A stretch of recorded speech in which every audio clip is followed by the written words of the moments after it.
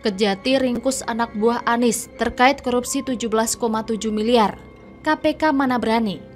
Ditulis oleh tim redaksi jurnal dari berbagai sumber.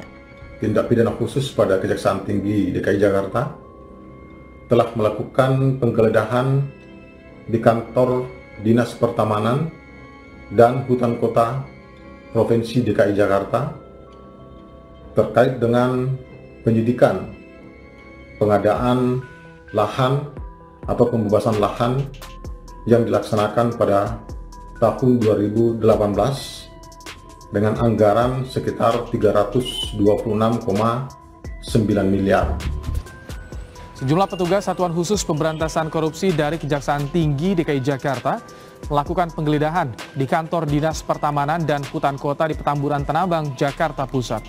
Pemprov, kepala dinas, kepala bidang dan seluruhnya tentu mengetahui peraturan perundang-undangan, ketentuan dan lain-lainnya terkait proses pengadaan lahan atau proyek lelang dan sebagainya. Jajaran di Pemprov sudah mengerti aturan-aturan dan ketentuan. Jadi kami insya Allah meyakini bahwa proses yang ada di Jakarta selama ini berjalan sesuai dengan aturan dan ketentuan.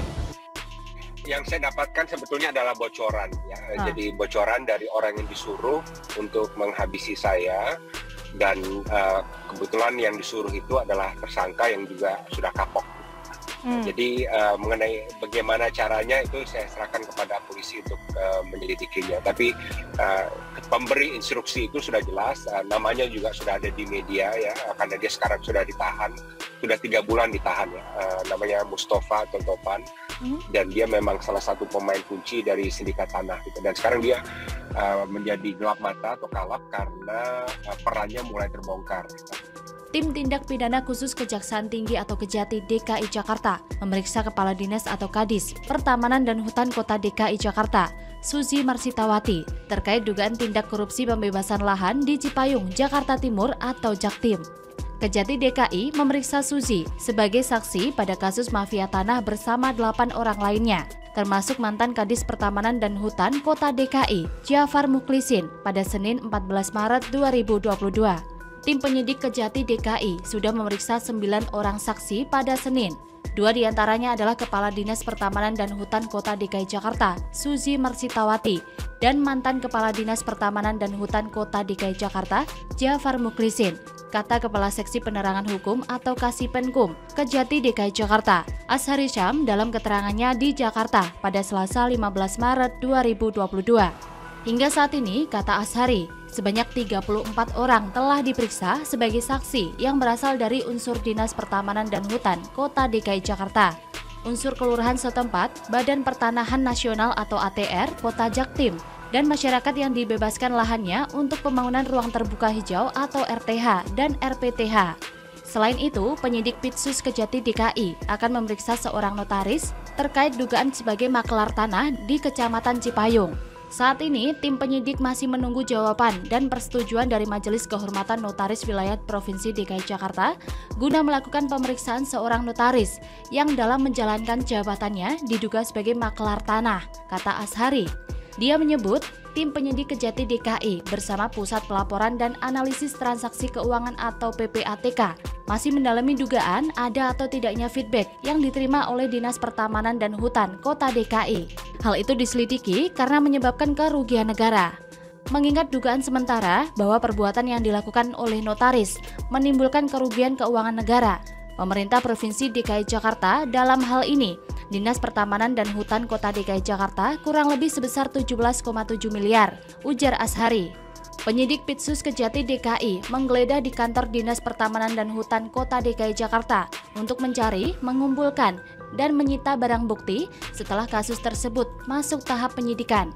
Asisten Pidana Khusus atau Aspitsus Kejati DKI, Abdul Kohar mengatakan, tim penyidik menyita sejumlah barang bukti seperti dokumen dan alat elektronik terkait perkara dugaan korupsi pembebasan lahan oleh Dinas Pertamanan dan Hutan Kota DKI.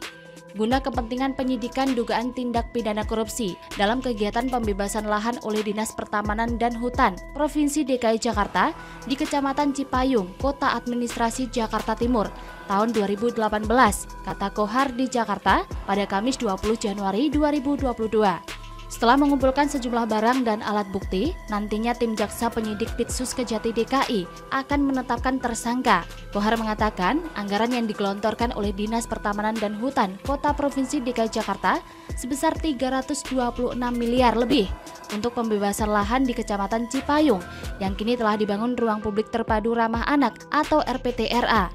Sesuai fakta penyidikan, pada kasus 2018, Dinas Pertamanan dan Kehutanan Provinsi DKI Jakarta memiliki anggaran untuk belanja modal tanah sebesar 326 miliar 972 juta 478 ribu rupiah yang bersumber dari APBD Provinsi DKI Jakarta, ucap Kohar.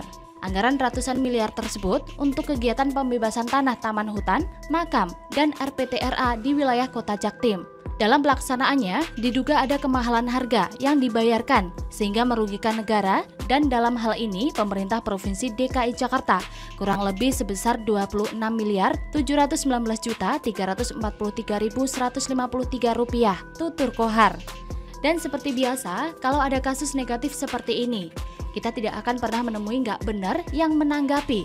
And of course, bemper nggak benar turun tangan. Wakil Gubernur DKI Jakarta Ahmad Riza Patria buka suara perihal kasus mafia tanah Cipayung, Jakarta Timur. Riza memastikan pihaknya bakal turut memeriksa pembelian tanah di Cipayung tersebut. Riza mengklaim jajaran dinas terkait pasti mengetahui ketentuannya dan tahapan dalam pembelian tanah di Cipayung. Pada prinsipnya, kata Riza, Pemprov DKI Jakarta selalu mengedepankan good governance dan clean government. Bagaimana menurut Sobat? Bisa komen di bawah ya.